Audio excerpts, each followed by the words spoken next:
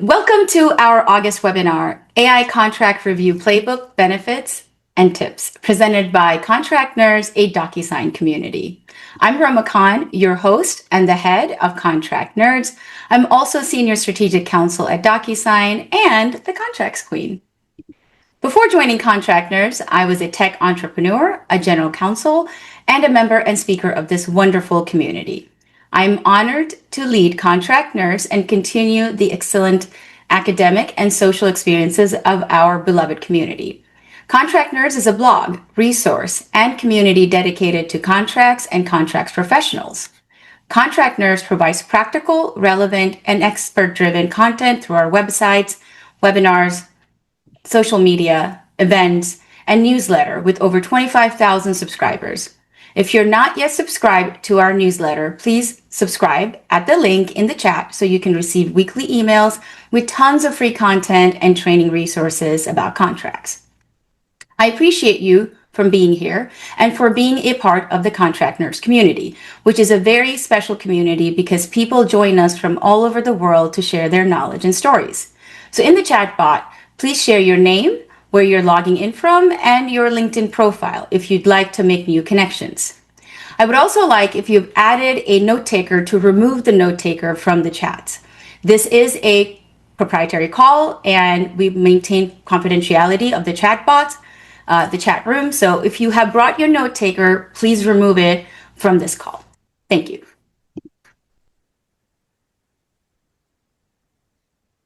Today's webinar is on AI contract review, playbooks, benefits, and tips, taught by two outstanding speakers, Natasha Giuffre and Stephanie Hildreth. It brings me great pleasure to introduce the accomplished experts joining us today for today's webinar on a topic that I love very much. Natasha Giuffre is a fractional general counsel for B2B SaaS startups, where she helps founders scale their businesses while building clean, efficient legal and operational systems. With a career shaped by her experience building legal departments from scratch through Series B and international expansion, she focuses on making legal work practical, accessible, and systems-driven. She holds an LLM and is dual licensed to practice law in Ontario and New York. Stephanie Hildreth is the CEO of CrushContracts, where she helps organizations optimize contract life cycles through strategy, process improvement, and AI-enabled workflows. With more than 20 years of executive leadership experience spanning operations, customer success, and organizational transformation, Stephanie has led companies through high-growth initiatives, operational scale, and successful exits. Welcome, Natasha and Stephanie. Hi, everybody. Before we start, I'd like to thank our parent company, Docusign, who has made it possible to bring this webinar to you for free. Here's a short video about Docusign's Intelligent Agreement Management, or IAM platform, designed to help organizations unlock the full value of their agreements.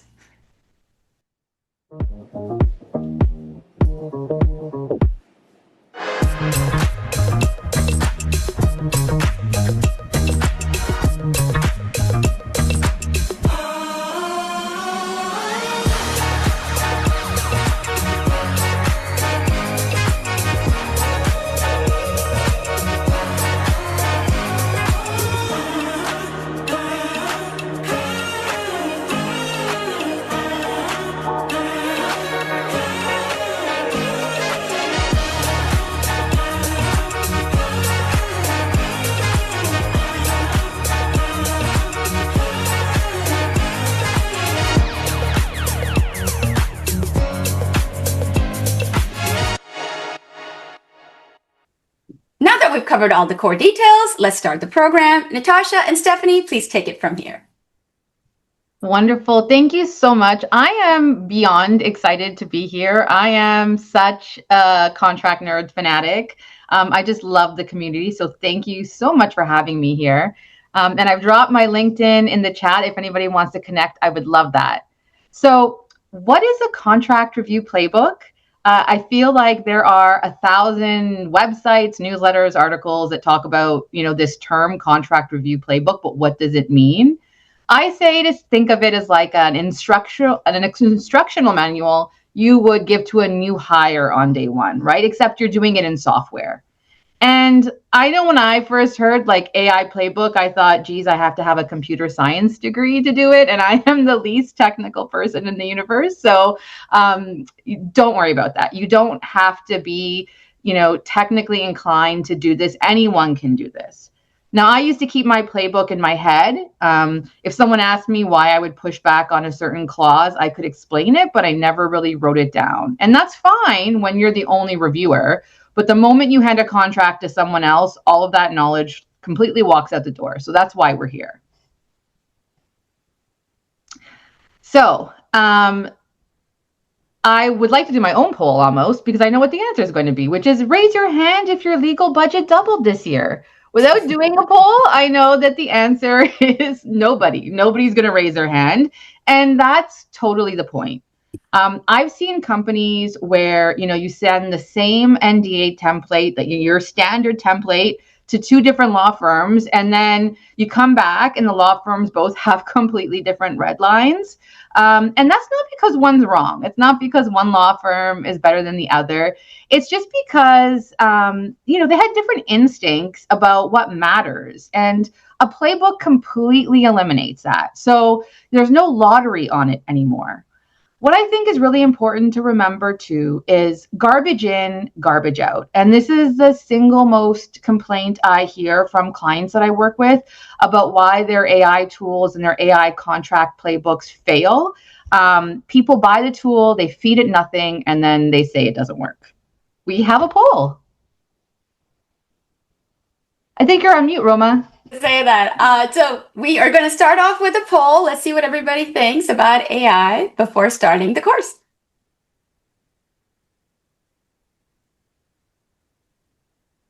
Well, not too many haters of AI, which is good.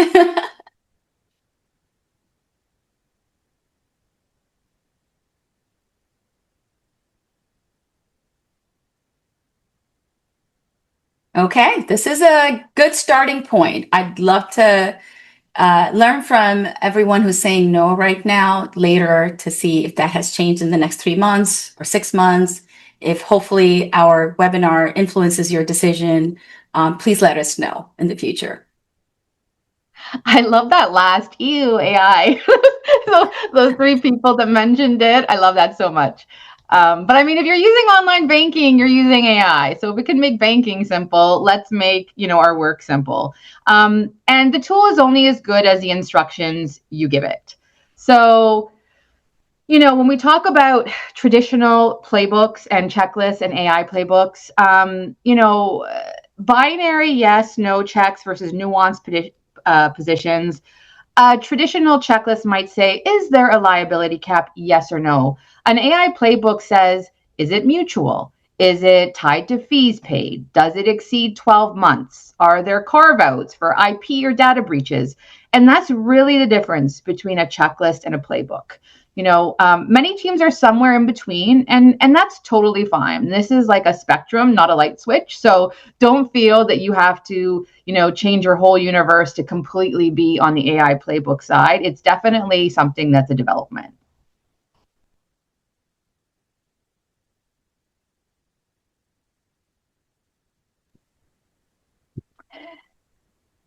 I think we can go to the next slide. Oh, okay, hold on. Sorry, go back one more. There we go. Okay, I'm off mute. There we go. Okay, so let's just start with the traditional human playbook. I think there's probably several people here who have a traditional human playbook. And when we look at the core competencies here, we're going to talk about process, positions and explanations, triggers. Basically, we're answering, how do we review this contract? What do we want? Why do we want it? And when does something need to be escalated? Now, historically, the people who are reading these playbooks are business users, contract teams, legal teams. So we can get away with a little bit of shorthand because we're writing for other humans who already know quite a bit about the business. There's a lot of knowledge sitting in people's heads that never actually make it into the playbooks. We know this. And for the human reader, that can work just fine. But now we're changing the reader. Okay, so now look at the target reader on this slide. It's for AI software. We're still giving it positions and explanations. We're still giving it triggers, but now we have to write those things out so that a machine can actually understand what we mean. So as you've noticed here, the users have expanded. It's not just legal teams anymore, right? We've got contract teams, business users, and take note of this, it's for the people who are actually implementing and managing the AI playbooks. So suddenly our favorite phrase of "it depends" isn't actually a very helpful instruction anymore, because it depends on what? If it depends on the deal size, we need to say that. If it depends on the contract size, we need to say that. And if there's a point where legal needs to get involved, we need to say that. So we're taking something that people already know and we're making it much more explicit. We'll explain why on the next slide. Okay, so here's why. Humans are really good at filling in the blanks. This slide gives a couple of really good examples. So if indemnification, let's just say, is buried under maybe a heading called miscellaneous, an experienced attorney, they're going to spot that right away, right? We're not going to say, well, it didn't have indemnification at the top, so I guess we're good. Same with liability example. If my playbook tells an attorney to cap liability at 1 times the contract value, they're going to go find that order form. They're going to figure out the annual contract value, and they're going to do the math and draft that red line. Nobody had to give them 6 separate instructions on how to do that because, and thankfully, humans read between the lines. We use context. We know the commercial relationship. We have the experience. We know how our organization operates. And yes, thankfully, we use gut instinct, which is great for humans. Next slide. There you go. Yeah. But the problem is, as we know, AI doesn't necessarily work that way. So there are really 2 different approaches represented here. The older and more traditional approach is clause matching and Boolean logic. Okay. It's looking for keywords or for language that resembles something that's in its library. So very simply, I see this, I don't like this, replace it with that. Okay. Then we have a newer generative AI and LLM approach, which is good. Now we're giving AI 2 things. We're giving it our contract and we're giving it our playbook. The playbook tells the AI what to look for. Okay. What matters to us, what changes to make, much more sophisticated. But here's what matters for us today. You need to know which approach your technology is using and how it wants you to give the information. And we're going to talk a little bit more about that in an upcoming slide, okay? Because that's going to impact how you're actually going to build your playbook. Okay, next slide for me. Yeah, and here's the difference in practice. We know this, that AI does not have that gut feeling, right? So first example, if you're using legacy keyword-based tool and you tell it to go find limitation of liability, it could potentially miss it because somebody put that under general provisions, right? A human isn't going to care what the heading says. They're just going to recognize that clause because everybody's done that maybe 1,000 times. The second example, cap liability at 1x, seems pretty clear to us humans, but we've left out a lot of information because 1 times what? Where does the AI, go back one more.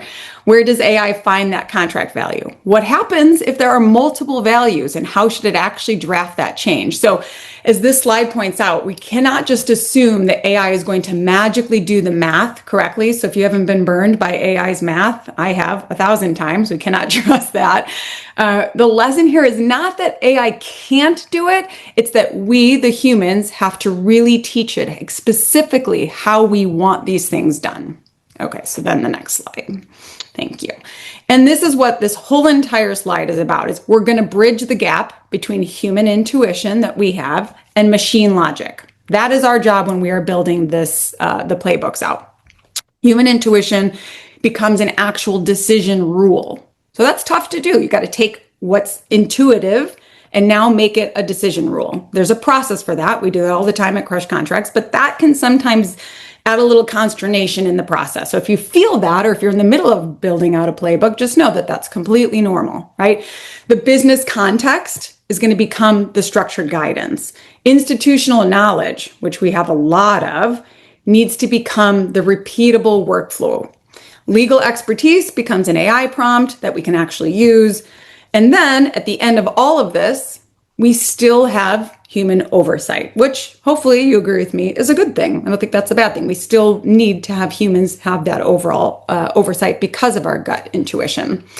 So I really like the institutional knowledge piece because we see this constantly with our clients. There is always somebody who just knows everything, right? Somebody's saying, ask Susan. Susan knows which fallback we're going to take. Susan knows what legal actually cares about. Susan knows the things that look a little scary, but we're always going to accept them anyways, which is phenomenal. Until Susan goes on vacation or she leaves or she has 400 other things that she needs to do.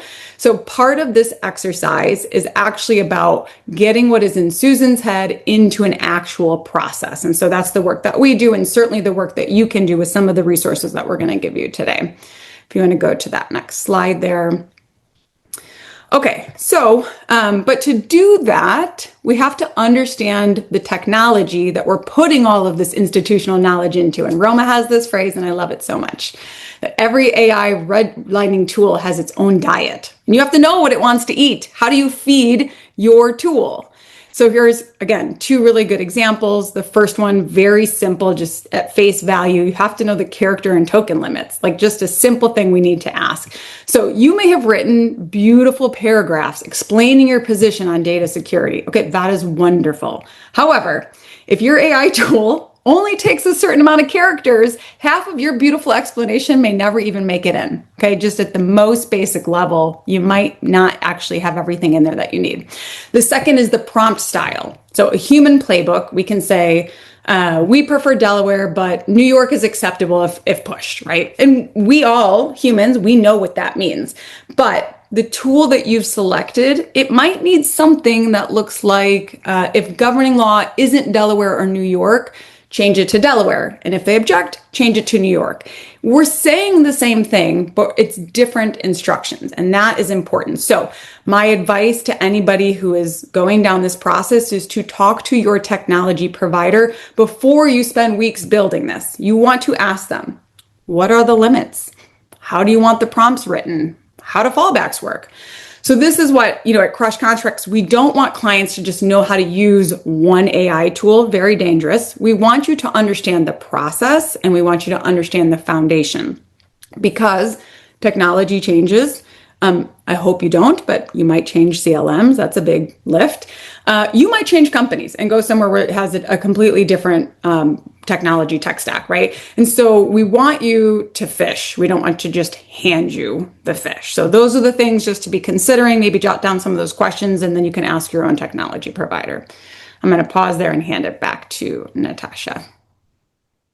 I love this analogy too. I was like looking at the chat and saw the hi, I'm Susan. I love that so much. Yeah, hi Susan. Yeah. Everybody's got one. Okay, we have another poll. Let's see. Would love to get your feedback on this. What's stopping you from using an AI redlining tool? And we've given you multiple options to select from.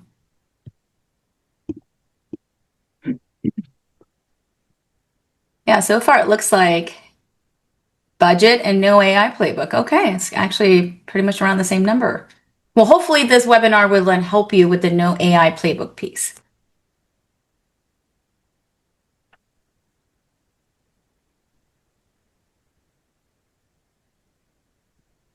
All right, this looks really good. I think we're getting close to getting final numbers in. Okay, so it looks like budget and no AI playbook are the top two reasons that they have the same number for not having an AI redlining tool. I understand that budgets can change, so let's get you going with the no AI playbook piece, and then you're ready when the budget's ready. Go ahead, Natasha, take it from here. Great. So I think if you're sitting there and you're thinking like, I review 16 different contract types and should I build 16 different playbooks? No, absolutely not. Don't do that. But what you do want to do is pick what eats your time the most, right? So for a lot of teams, I would say the top ones are NDAs and MSAs, at least for the teams that I work with. And the trigger moments list is really useful for people, especially when you need internal buy-in, right? So if you're about to onboard a new associate or like a new outside counsel firm, that's a great trigger for that. If you were going to have to explain your preferences anyways, why don't you just write it down, right? So you can do it once and it becomes repeatable. But just do it in a format, like Stephanie said earlier, that works for AI. So I have this like 5+ reviews rule of thumb. If you've reviewed something 5 times, you've got enough pattern recognition to really encode it. And so that's what I take away as where to start. And I think ideally the NDA is actually a really great document to start with because it's relatively short. And there's a smaller number of plays to really make when it comes to reviewing those. Now, the anatomy of a playbook is so important. It is the architecture that everything follows. And so I like to think of these components of the playbook as layers. So your checks are the foundation, right? It's like, what are you looking for? What are the red flags or the signals that are going to catch your attention? Positions are next. And that's, what do you want to say? And then guidance notes are the why, right? So it's not just like your parents said, I told, listen to me, because you have to have the why you're deciding a certain way. And then prioritization tells the reviewer where to focus. And testing is what turns a draft into something you can really trust. And so a good analogy that I like to think about is to think about it like the recipe, right? The check is the ingredient list. The position is the cooking instructions. Your guidance note is kind of like your chef's tips about why you sear before you bake something. And then, the priority tells you which steps you absolutely cannot skip. And testing is tasting as you go. So I relate everything back to food, though. That's just kind of who I am. So there you go. I was actually trying to teach my daughter about AI prompts, and I use the peanut butter sandwich activity. I don't know if you've ever done that, but you have them write down how to make a peanut butter sandwich and then see if the instructions were actually, if they actually work, and it never does. Anyways, I love that. Next slide, please. So your sample structure, right? Looking at a real example, we're going to look at like the NDA liability cap. And so the check is going to ask a specific question. Does the NDA include a liability cap? And if so, what's the formula? It's not review the liability section. It's precise, right? Just kind of like that peanut butter and jam sandwich exercise.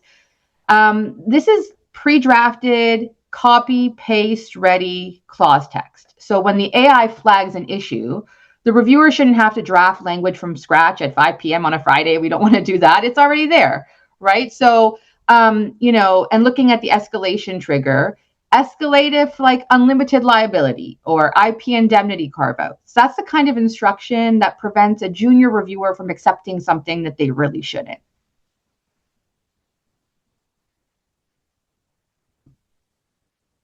Okay, so how do we actually do this? And I love this webinar so much because it's the one topic that no one actually teaches you. Is okay, you sold me, I want to do it, but how do you actually do it? Okay, so pick your most boring, most repetitive contract. That's your best candidate. That's why I picked the NDA. I mean, I just would rather review anything but an NDA. But save the complex, like really bespoke agreements for later. So that's the first thing. Step 2 is, really gathering your source materials. When I gathered my source materials for the first time I did this, I realized that half of my, quote, institutional knowledge was in email threads and Slack messages. And I had to dig out like 3 years of negotiation notes. That process alone was worth doing even before the playbook existed. The playbook just gave me the shove I needed to do it. And it's painful. And I know it's painful. But again, right, like garbage in, garbage out. So it's really worthwhile doing. And then, step 3 is what I call like the honest conversation with yourself, right? What are you actually willing to walk away from? I see this on all these like dating reality shows now. Like, what are your non-negotiables? Location, or religion. Well, be honest. What do you prefer versus what is really a non-negotiable, because if everything is a must-have, nothing is a must-have. Okay. And then I want to say that step 4 is probably where most people struggle, myself included. So the hardest part of writing a playbook is really being specific enough, right? Like this goes back to that peanut butter and jam exercise, which is really hard to do. Your instinct is to write, ensure reasonable termination provisions, for example. But like as Stephanie explained earlier, that's entirely useless to AI, right? What does reasonable mean? 30 days, 60, mutual, unilateral, for cause only, for convenience. Like you really need to spell it out.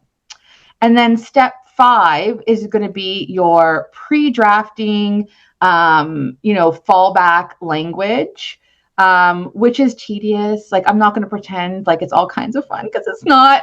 It's a little bit tedious. But the good news is you do it once, and once you have your playbook, you don't have to keep doing it. So that's great.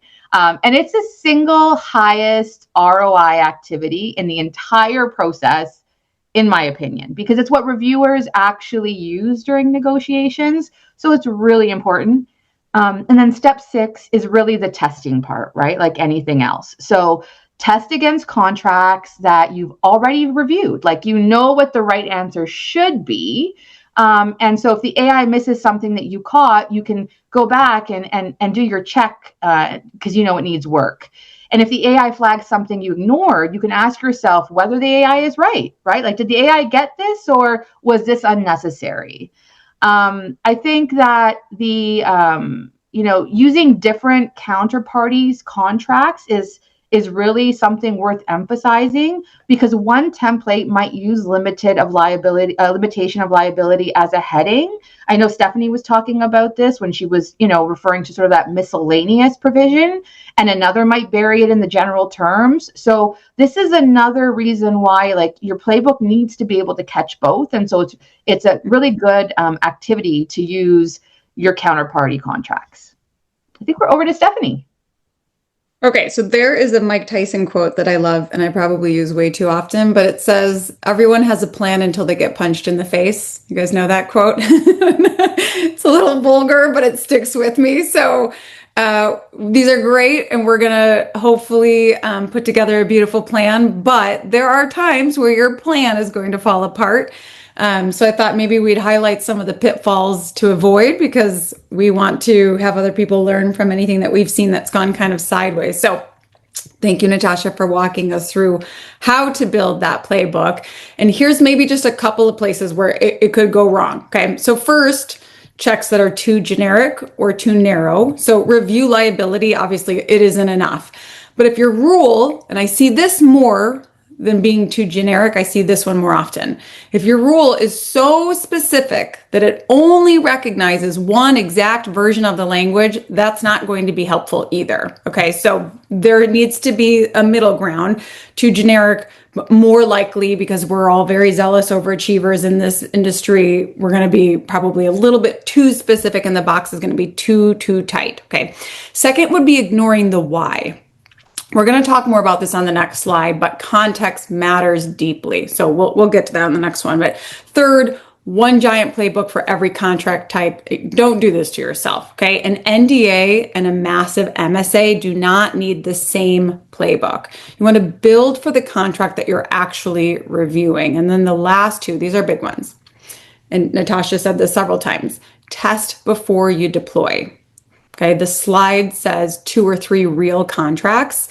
Again, I'll echo what she said. I want you to use contracts that you've already reviewed, because you're going to know what the right answer already looks like. All right. And then the last is that this is not a set it and forget it as much as we want it to be. And we do see this quite often. We go through this massive project to get this playbook right, and then people are like, whew, behind me now. Okay.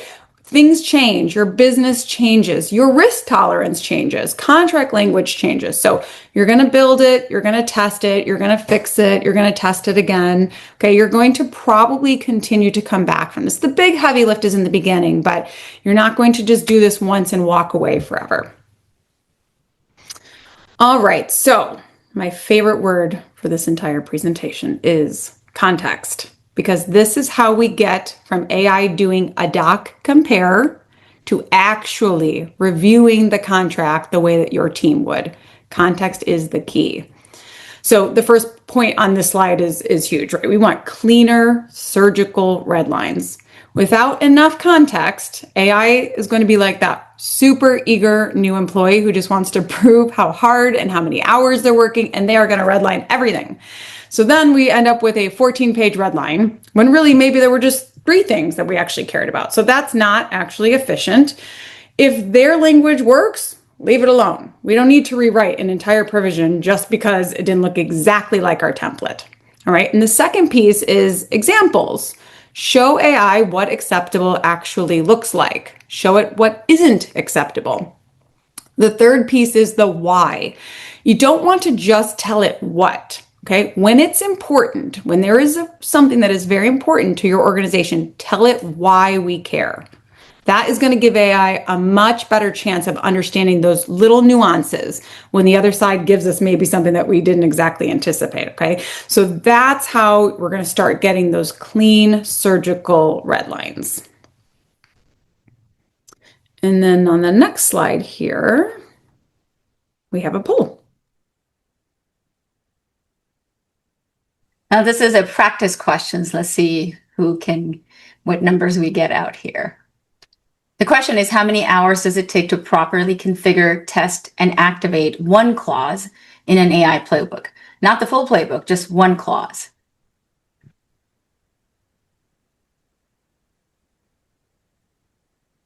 Okay.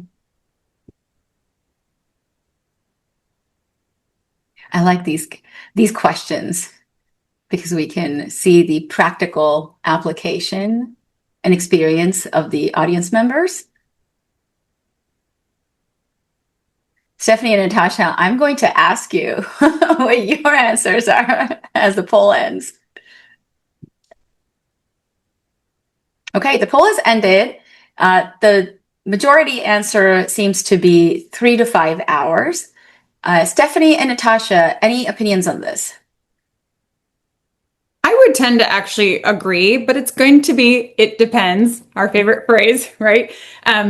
It depends on how simple that particular use case was, how organized we were in our own brain. I think sometimes we get in our own way. So we have all this institutional knowledge, but sometimes it's very difficult for us to get that out. So if you're somebody who's articulate and you've thought through it, and this is something that you can really speak to clearly, then I think it's going to take less than the 8 to 10 hours, maybe 5 to 8, but 3 to 5.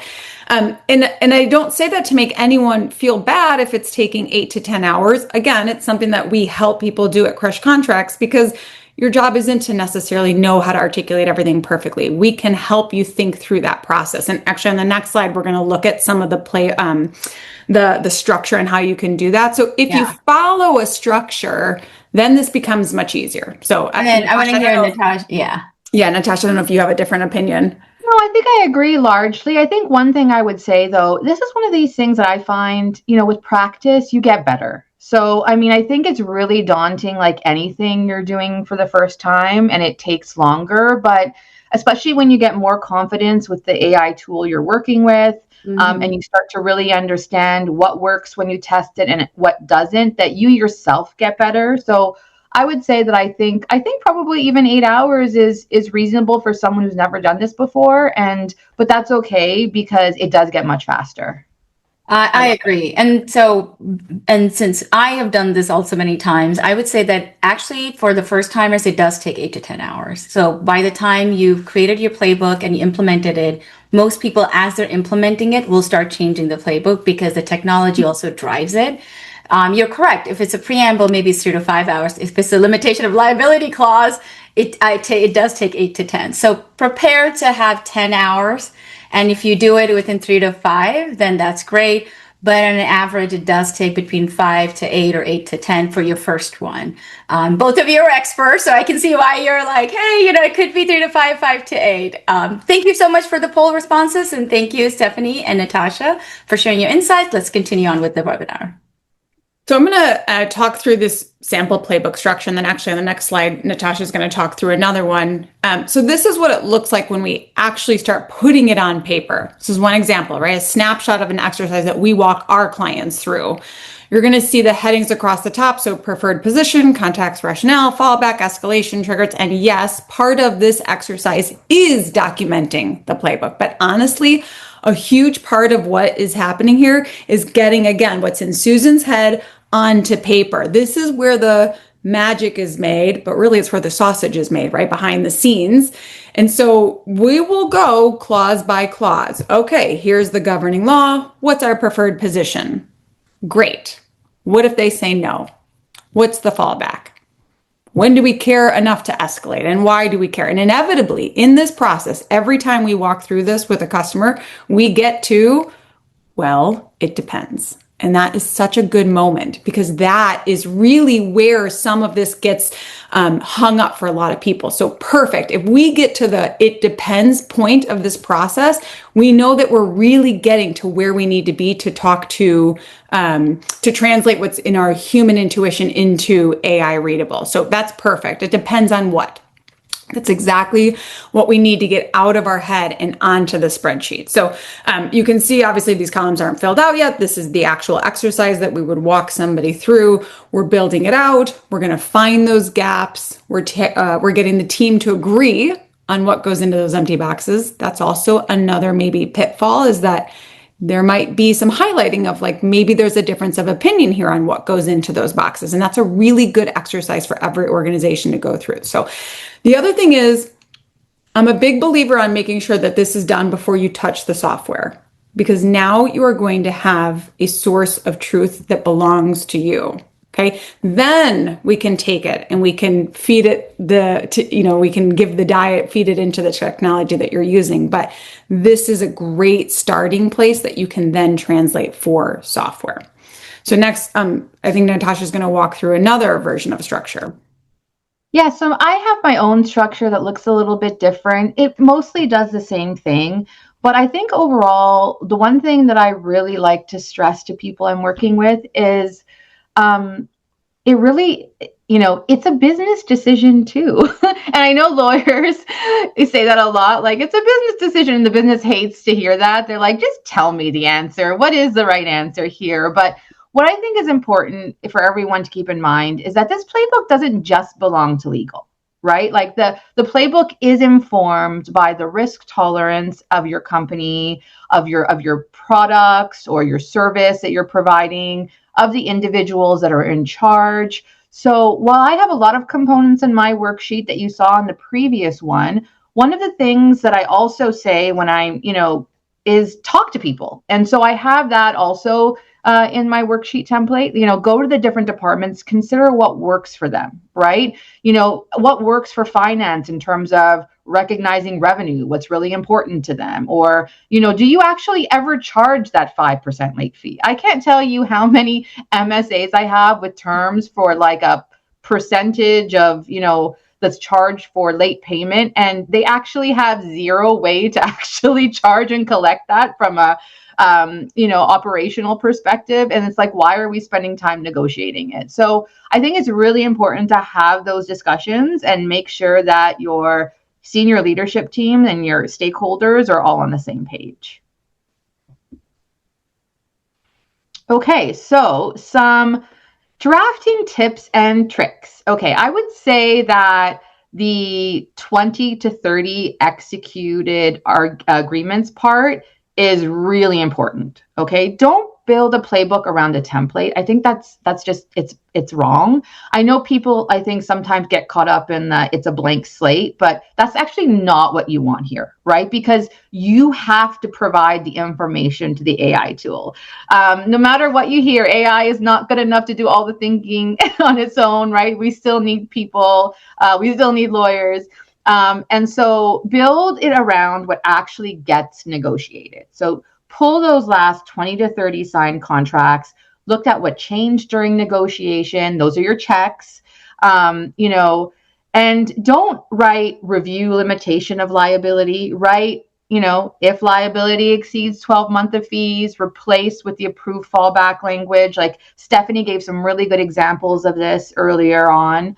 Because one way of writing will tell the AI to look at something, while the other will tell the AI what to actually do, right? And you want to keep your explanations short, right? Like your playbook is not a legal memo. I know we're all tempted to write forever, but the AI, as Stephanie said, doesn't need 3 paragraphs of case law analysis. It just needs you to get to the net. It needs a clear instruction. And, if it's relevant, a 1-sentence rationale, right? I mean, I think about conversations with my mother, and I'm really glad that she's not listening to me talk about her in this example, but I'll be like, what did you do today? And I have an 18-minute explanation of, running into traffic and running into someone at the grocery store, and they didn't have the tea that she wanted. When at the end of the day, she was like, I went grocery shopping and came home. So don't give the mom version of the story to AI. Just give the I went grocery shopping and came home, because that's what's helpful for AI. Okay. And then, some tips, some more tips here. Let's see here. So specificity does win, right? I think it's kind of self-explanatory. We talked about this again, review IP clauses versus confirm client retains all IP and deliverables upon payment. It's a really important distinction. And I think it's also important to keep in mind that each layer you add will add specificity. And 15 good checks will outperform 50 mediocre ones.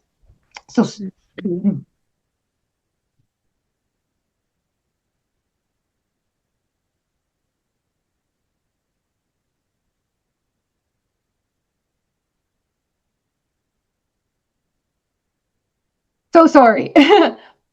So start lean and work from there.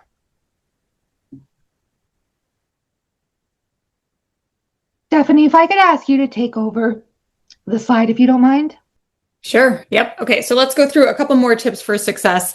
The playbooks as living documents. I think we talked about that. At least I shared a little bit about that in my portion of just it can become your single source of truth, which is important. And like we said, the business changes. And so it's not a set it and forget it. Again, I think a lot of us, I know I want that because I'm somebody who's like, that's done, checklist off, move to the next thing. So maybe in your particular organization, have somebody who's designated to making sure that your playbook is a living document would be helpful, because we know when everybody owns something, nobody owns something. So my suggestion would be to just choose one person, maybe it's yourself, maybe it's someone else, and say you own making sure that our playbook actually represents where we stand today and what our stances are. So that would be a big piece of it. The other one would be, okay, so we have tag by risk level. This is important. Whoever is building out the playbook, and typically it's more than one person. There's different people from the team that are going to be working on this. Make sure that they really understand your organization and the different risk levels. I'm going to move to that next slide. Okay, and I think this just kind of recaps everything that we've talked about here. You're going to draft, again, specifically, we would say start outside of software. You're going to draft that maybe in a spreadsheet or a tracker. Test. You're inevitably going to have to refine because the test isn't going to go the way you thought it would the first time. Then you're going to deploy, then you're going to maintain. And guess what? Then you're probably going to go back at some point and draft. Maybe it's something where you say every 6 months, we're going to go and just take a look at this and do a mini redraft exercise. Finding what's right for your organization and how quickly you're changing would be important. You can go to the next slide there, which I actually think is where I was going to pick up. Oh, we have a poll.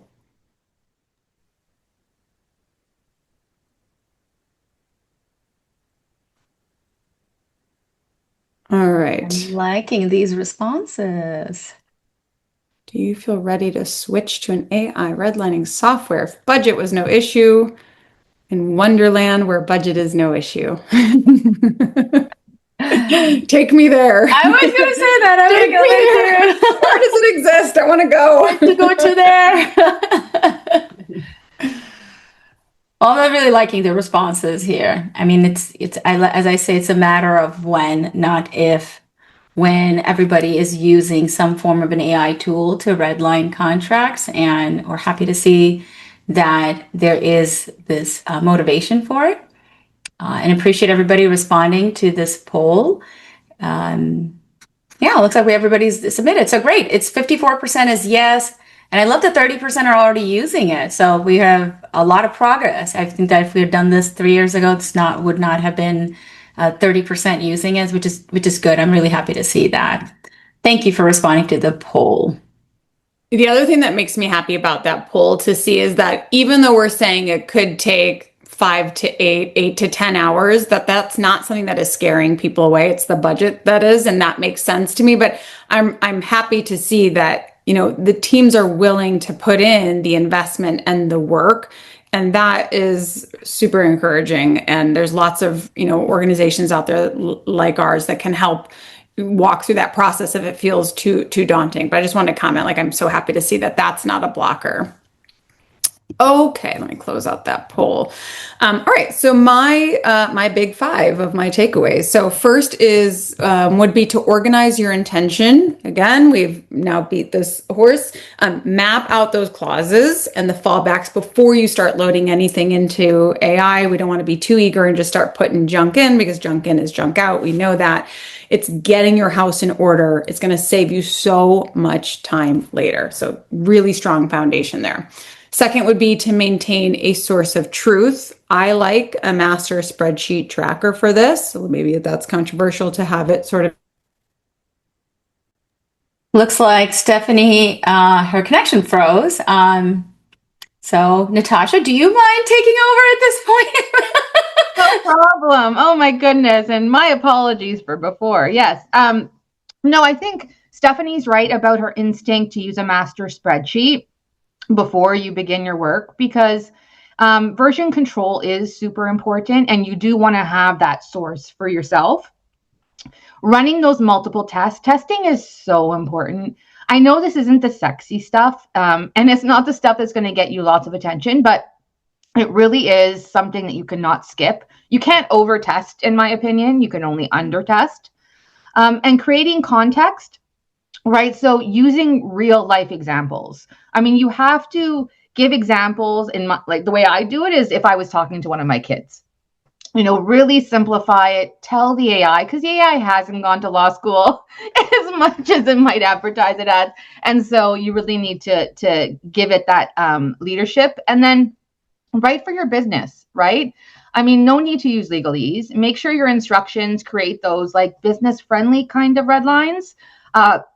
Nothing that's going to be too sarcastic or too critical. At the end of the day, it is a negotiation, so you want to keep that tone in mind.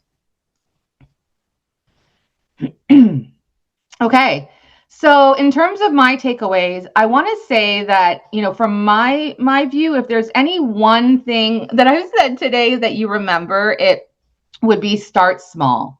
Start small and be specific.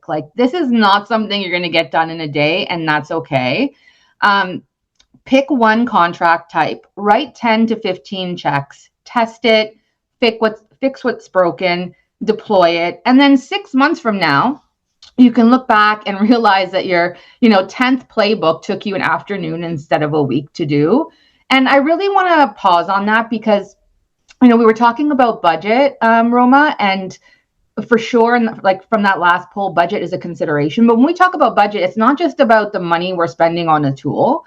It's also do we have the internal resources to do this, right? Because if you're building a playbook, your inbox is filling with requests for other things. And so you really have to be practical about that.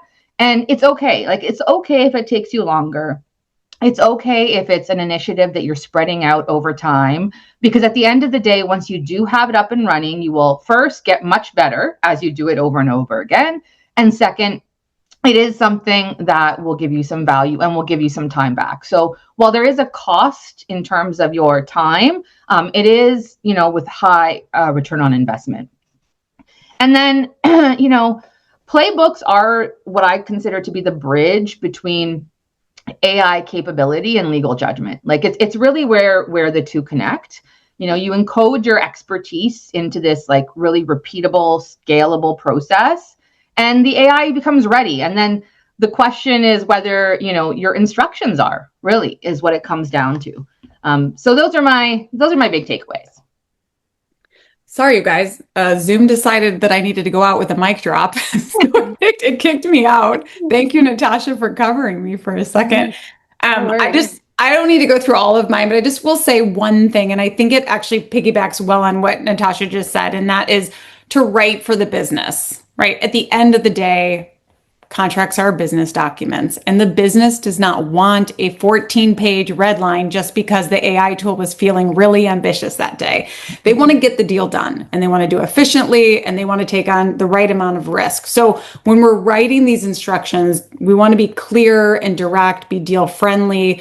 We're not doing this to make AI's life better. We want this to make our life better. So really thinking outside of just our legal department and thinking about the full business is, if you have that framework in mind, that's a really good like starting place and platform for how you would approach building this playbook.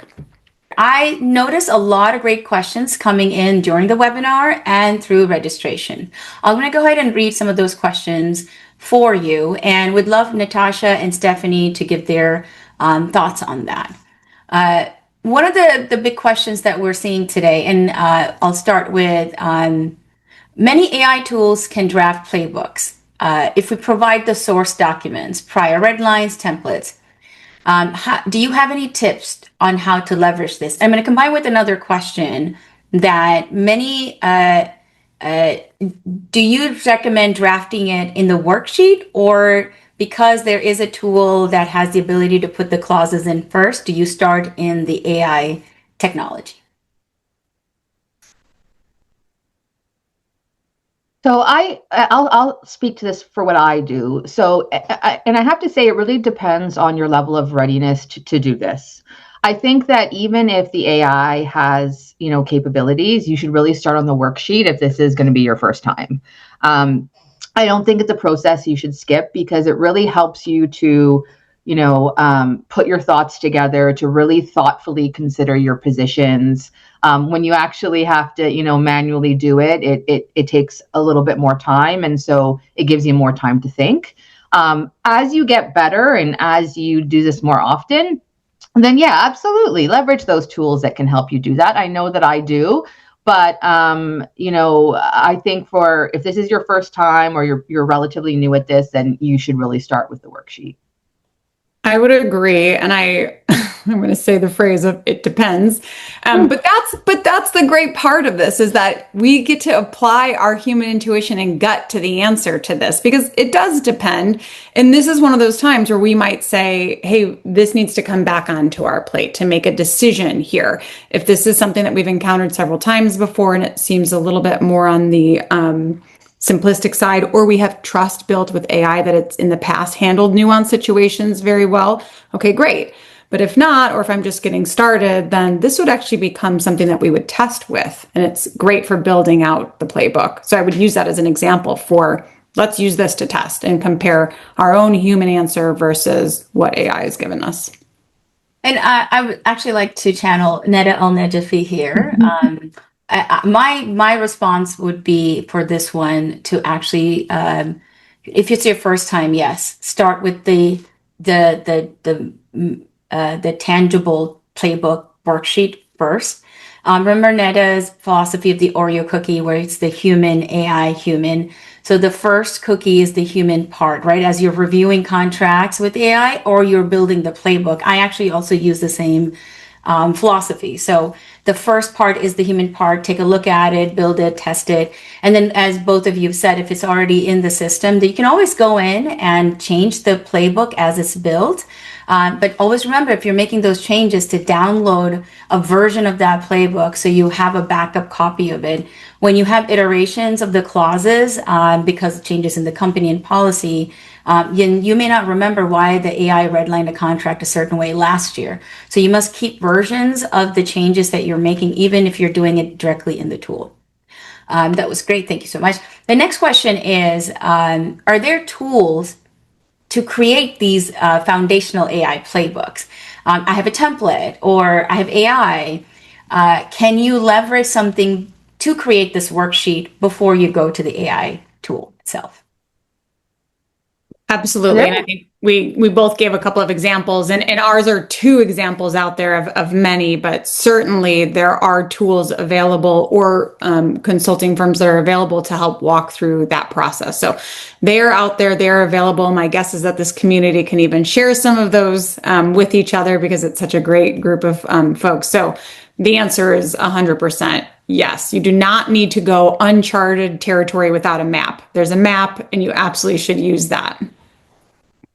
And one of the things that I have done, just because when I was when I was helping clients, one client had 90 clauses, you could also take the template and take the worksheet, go to Gemini or Copilot, whichever your company is authorized to use. Don't go use a public one, and put it in there and say, populate this worksheet for me, and let it do the first step. That also does save time. And now you have looked at the worksheet as it's populated. Then you go in and make those changes. It's good practice because that's what you'll be doing on the AI redlining tool as well. Once it's populated, you will still have to review it. So those are some of the tools you can leverage. Now, a common question we're seeing is that a lot of companies are still, as we saw in the polls, not using AI redlining tools. Are there any other solutions, maybe Copilot or anything that you have seen in your practice that someone can you build a playbook from your experience in other tools like Copilot or Gemini or Claude if you don't have an AI redlining tool? Natasha. Yeah, so I was going to say, I have, I work with one client specifically. They have Claude. They don't have any other redlining tools. And, you can build skills and projects within those AIs. So there's that ability to store your positions and store your information. It really is a great question. I mean, I think every day these AI tools are coming out with sort of like new releases of new things that it can do. And I know that, some of the things I do are actually breaking these positions up, breaking them up into rules, and then turning them into skills that I can put into a Claude project for reviewing. It's not going to be, 100% accurate, but AI never is. You still have to go in there and do your human review anyway. So, I mean, anything you can use, honestly, to make your life easier, then just do it. Give it a try. I agree. I would echo all of that exactly. And I think a lot of what we talked about applies if you're going to use a Claude, or I see in the chat here some ChatGPT where you're saying be specific, give it examples, tell it always or never if it actually isn't always or never, and it will update the memory. So I think that there are options out there available to you. Just make sure that they are approved by your organization to use them. I feel like that's the main thing the LSAT trained us for. LSAT studying was for like writing AI prompts. those conditional phrases. And since you brought up AI prompting, many of the AI redlining tools are actually available in the CLM software that people are using. Playbook is designed to provide the back-end understanding of the why, the context. Are there certain prompts that can be used, like any guidance on what types of prompts to use to make the most of that playbook? I know it depends on the contract and transaction, but if you have any examples. Well, like one thing I will say I use a lot, and I don't know that this is super specific, but I might sometimes ask it to give me like a level 3 review or explanation. Now, there is no level 3. That's not like some secret code or anything like that. It doesn't exist. But by saying level 3, it does signal to the AI that this is a very detailed review of something. So just like people, just like my mom, who can give a very long review or something, or myself more short, you can actually provide a little bit of guidance in that way. So I want to say that I do use like level 1, 2, and 3, which are things I've entirely made up, but the AI understands nonetheless. And I think you can be specific with saying, answer this as if you are an attorney looking to assess risk or whatever. The more context you give it for how you want it to answer, which is what you're saying, right? Like what level of detail do we want it to respond in? That's a great question. The answer is yes. It's just a matter of sitting down and thinking through like maybe some very specific prompts to help get the answer that you're looking for. Yeah. And if you're new to AI, one more thing I will say is that, if you learn about how it works, AI is designed to agree with you. Like it's designed to please you. And so if you are going to start any kind of prompt, this isn't just Playbook specific, but if you start with that, like, this is what I think, am I right? It is going to find a way to agree with you. So you always want to set it up for, an objective situation. You can actually, as a little, fun activities I learned in a prompting course was, if you ask AI a question and you just say, tell me what you think, this is what I think. And then you ask the same question, but you say, 2 of my colleagues are discussing this and they both have differing views. Tell me who's right. You'll see that it projects very different results. So just keep in mind that AI is designed to please you. And so you want to be careful with, how you craft your prompts. That's interesting. Very interesting. And then finally, a key topic that both of you covered in the presentation around context. So different tools have different mechanisms or UX, UI for entering context. Depending on the tool somebody's using, how can we add context to not just AI to understand the clause, but for the output to also reflect it? Some tools have a comment section, like you can put margin comments in. Any suggestions on that? Any best practices on that side? I will say on my part, I do use the tools that, have sort of like that ability to make a counterparty or an internal comment, certainly.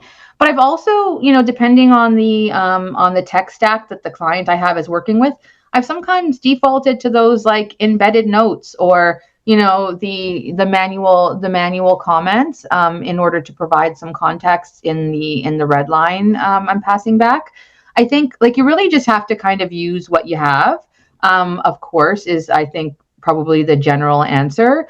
But additionally, what I would say is like it's not so much what tool you use, but how you're phrasing what's there. Like just make sure that your context is driven for your audience. Because what I see in a lot of red lines that I receive are these counterparty comments because a tool is being used that has the comment, but it's clearly just the AI generating something with no human oversight. I don't understand what it means half the time. It doesn't apply. So I think it's more about being more careful with your message rather than, the tool or how you're doing it.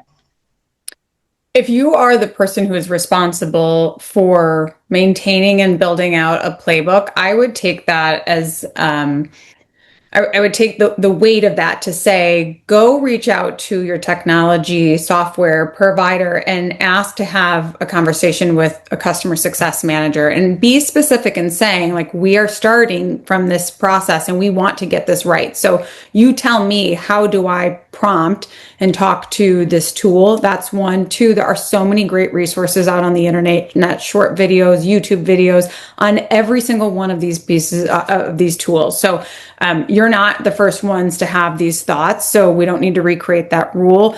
Just the other day, I was helping a client and I just did a quick search on YouTube videos for one of the technology stack pieces that they were using, and there were 17 videos to answer my question, and I watched 3 or 4, and while there were slight variations, essentially I got to the answer that I needed. So the answers are out there, and it didn't take a lot of heavy lifting or hour-long training calls. The network and the resources in the community are out there and will answer these questions for you. And then I'd like to finally add that keep your business stakeholders involved in the process. It shouldn't be that I sent the contract to legal redlined it, came back, and they're just passing it back and forth. Have a checkpoint for business to look at the red lines and see if they agree with it, we should revise the comment a little bit to make sure that the counterparty, especially if it's a customer, isn't going to be upset about it. So it's not set it and forget it, as we said, from building, from the output, and before sending it out as well. So the human in the loop is pretty much in the entire every stage of the chain. But yes, as we build the technology, and I do seeing from, being at a legal tech company, having built AI tools myself, I know that the technology is getting really, it's improving very quickly. It is understanding context. Companies were first focused on the CLM side. Now companies are focused on the AI side. It will get better, but I would say for the next, year or so, be very involved, be very hands-on. Like I say, touch it, fix it, believe in it, and then use it, but also, keep in mind, and also have one person at least to be fully responsible for that playbook. So if you have too many people touching the playbook and changing it, it will change the context as well. So have one designated person who manages the playbook, have a process for them to keep track of all the changes that are being made, and then check with business to see if they're happy with the output that's coming out from it as well. Well, thank you so much, Natasha and Stephanie, for your excellent presentation, for this engaging discussion. Thank you to the audience members for the questions. Thank you for being so active in the chat. We appreciate everybody's engagement on this. So if you enjoyed today's time with us, then please join us for the next webinar next Thursday, September 17th, on IP ownership and licensing clauses in contracts, basics and specifics, presented by Mariam Saleh-Jam and Matthew Cole. Thank you, Nate Kostelnik, Lindsay Zubrikis, and our amazing DPM production team for their help in making today's webinar a dashing success. Once again, thank you to Docusign for supporting this informative webinar. Please subscribe to Contract Nerd's email newsletter and follow us on LinkedIn to get great contracting tips and learn from upcoming events. Also, check out our live events coming up in September and October. If you're around, please join us. And we look forward to seeing you at some of those events. Have a great rest of the day. Stay nerdy and crush those contracts. See you next month. Bye, everyone. Bye.